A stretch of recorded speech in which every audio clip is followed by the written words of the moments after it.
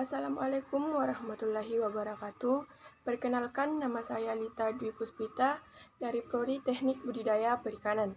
Di sini saya akan menjelaskan tentang budidaya perikanan dengan menggunakan sistem polikultur. Pertama-tama yang harus kita ketahui adalah apa itu sistem polikultur.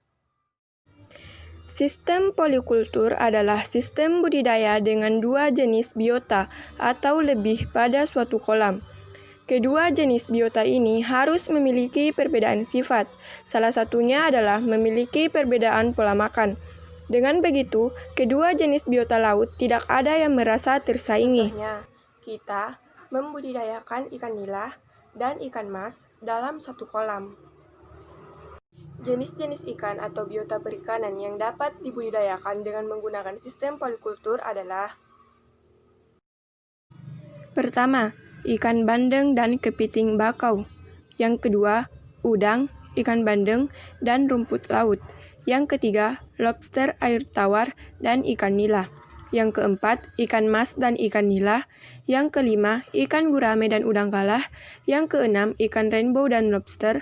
Yang ketujuh, rumput laut dan udang. Keunggulan dari budidaya dengan menggunakan sistem polikultur yaitu: yang pertama, penggunaan lahan lebih efisien, karena dengan luas lahan yang sama dapat dibudidayakan 2 bahkan lebih jenis ikan.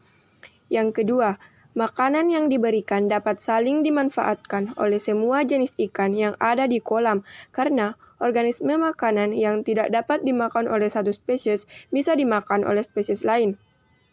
Yang ketiga, menghasilkan produksi ikan yang lebih tinggi daripada yang bisa diperoleh dengan satu spesies.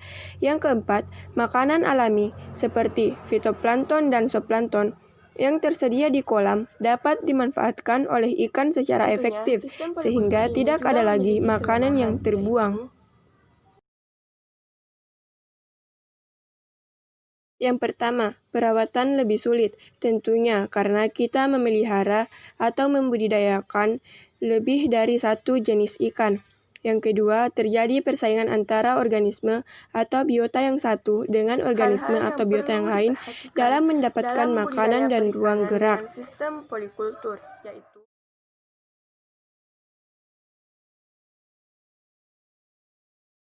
bagian A. Polikultur kombinasi ikan dalam kebiasaan makan. Kombinasi ini dimaksudkan untuk memanfaatkan makanan alami di kolam secara efektif dan efisien, sehingga tidak terjadi persaingan dalam mendapatkan makanan dan ruang antara spesies ikan. Maka, dipilih jenis ikan yang memiliki area operasi untuk mencari makanan di permukaan, di pertengahan, dan di dasar kolam. Berbagi pakan dan wilayah. Kepiting bakau sebagai karnivora, sementara sisa pakan daging dan bangkai akan menimbulkan plankton. Plankton ini sebagai pakan ikan bandeng.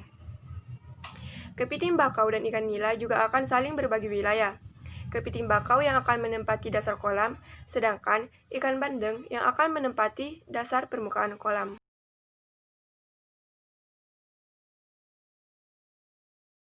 Bagian B. Polikultur kombinasi ikan yang berbeda ukuran. Ikan yang ditebarkan terdiri dari 2 jenis maupun lebih dan mempunyai ukuran yang berbeda. Hal ini dilakukan karena setiap ukuran ikan mempunyai jenis makanan yang berbeda, walaupun ikan tersebut berasal dari satu jenis yang sama. Sistem memanen dari ukuran yang berbeda ini dilakukan secara bertahap dengan menangkap ikan yang lebih besar dahulu dan kemudian ditebar benih ikan berukuran lebih kecil. Bagian C. Penebaran benih.